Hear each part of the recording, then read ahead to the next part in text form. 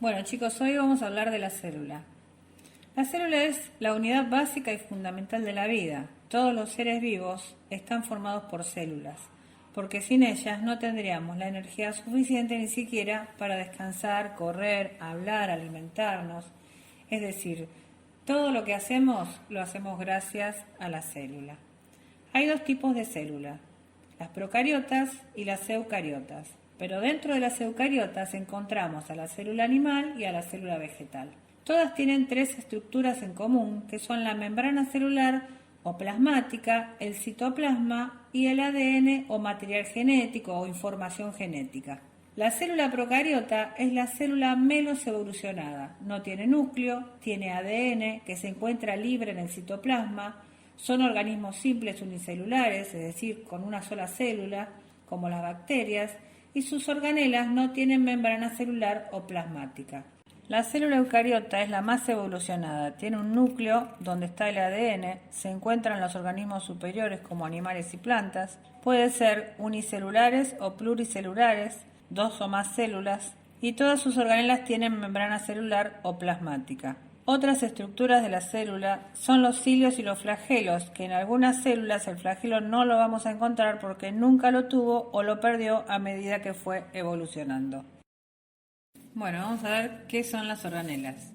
Las organelas son pequeños órganos dentro de la célula con funciones específicas. En cada célula eucariota, las organelas tienen membrana que las separa del citoplasma. Bueno, el núcleo contiene ADN, ácido desoxirribonucleico o información genética.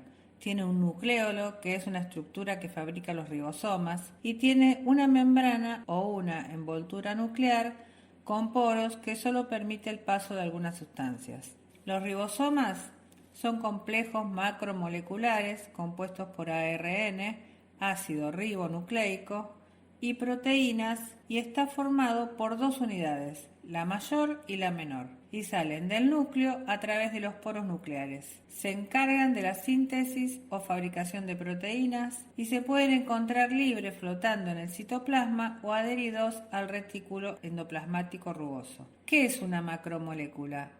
Ya que hablamos de un complejo macromolecular, tenemos que recordar qué es la macromolécula. Es la unión de varias moléculas y la molécula es la agrupación de átomos. Es la porción más pequeña de una sustancia. Ahora sigamos retrocediendo. ¿Qué es un átomo? Un átomo es la unidad más pequeña de la materia. Bueno, entonces un complejo macromolecular es la unión de dos macromoléculas. Bueno, ahora vamos a pasar a las mitocondrias, que son las llamadas centrales de energía de las células, porque en ellas ocurre el proceso de respiración celular que nos aporta ATP. El ATP es adenosín trifosfato, que es la energía que necesitan las células para realizar sus procesos. Bueno, el citoplasma es la parte líquida o gelatinosa de la célula, que está compuesta por agua, sales y proteínas. Está dividido en tres partes: la matriz citoplasmática, que es la parte líquida, el citoesqueleto y las organelas.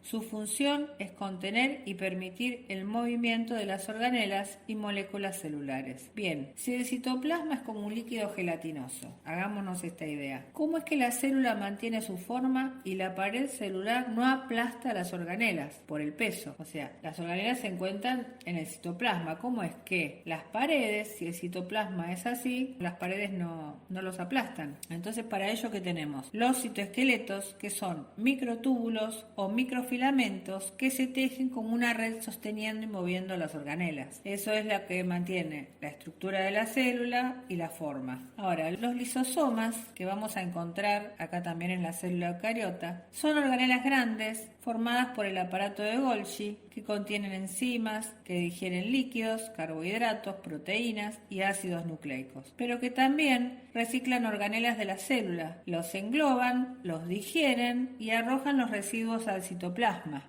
Estos residuos vuelven a ser utilizados para formar otra célula. A este proceso de digestión se lo llama autofagia.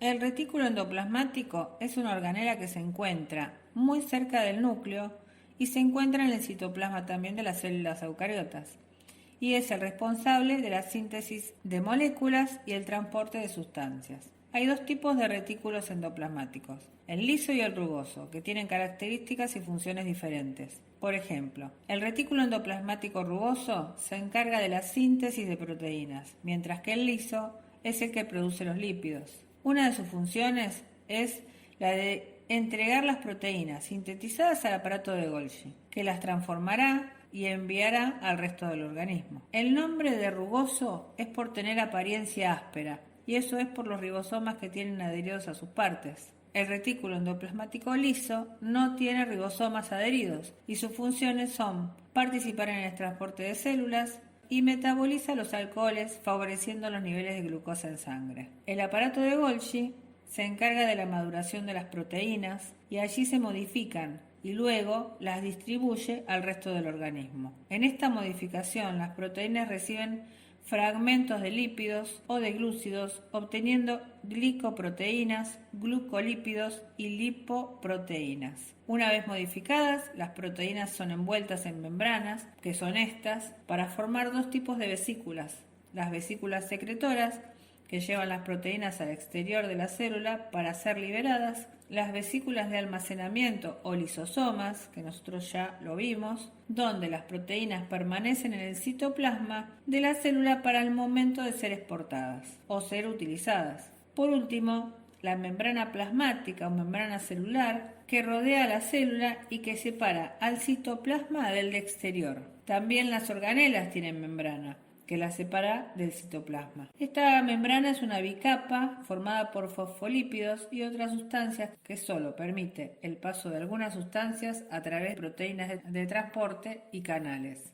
Yo acá les dejé un dibujo de un fosfolípido. Ustedes van a ver que tiene una cabeza polar hidrofílica y las patitas que serían, o las colas, que son hidrofóbicas. Son apolares y son hidrofóbicas.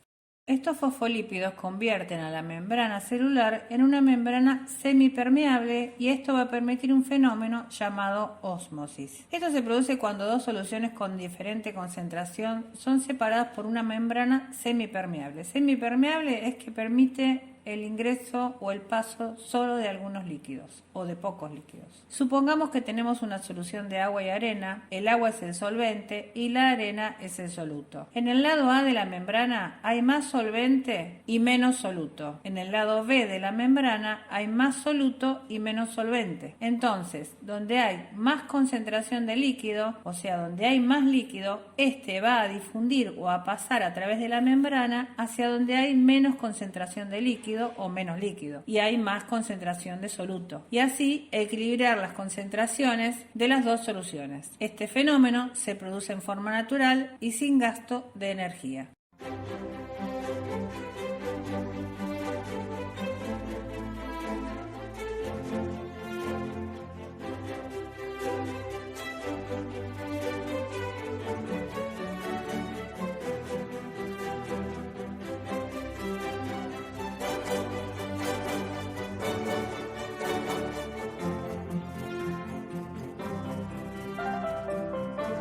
Bueno, dejamos tres organelas para el final que son de la célula vegetal, pero que en el caso de las vacuolas también pertenecen a la célula animal.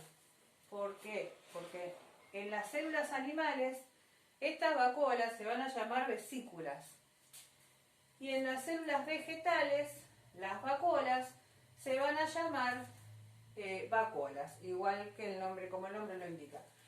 Recuerden que en las células animales las vesículas, digamos, son las que transportan del aparato de Golgi a distintos destinos las proteínas o los lípidos modificados. Bueno, ahí las van a ubicar. Bueno, todas las vacuolas son vesículas formadas por una membrana. Recuerden que todas las organelas de las células eucariotas están rodeadas por membranas. ¿Qué contienen las vacuolas? Están llenas de agua y de sustancias específicas. Estas sustancias que pueden ser proteínas, que la utilizan para reserva de nutrientes, veneno, que es para repeler a los animales herbívoros, o sea, los depredadores que comen plantas, porque se los llama, aunque coman plantas, se los llaman depredadores.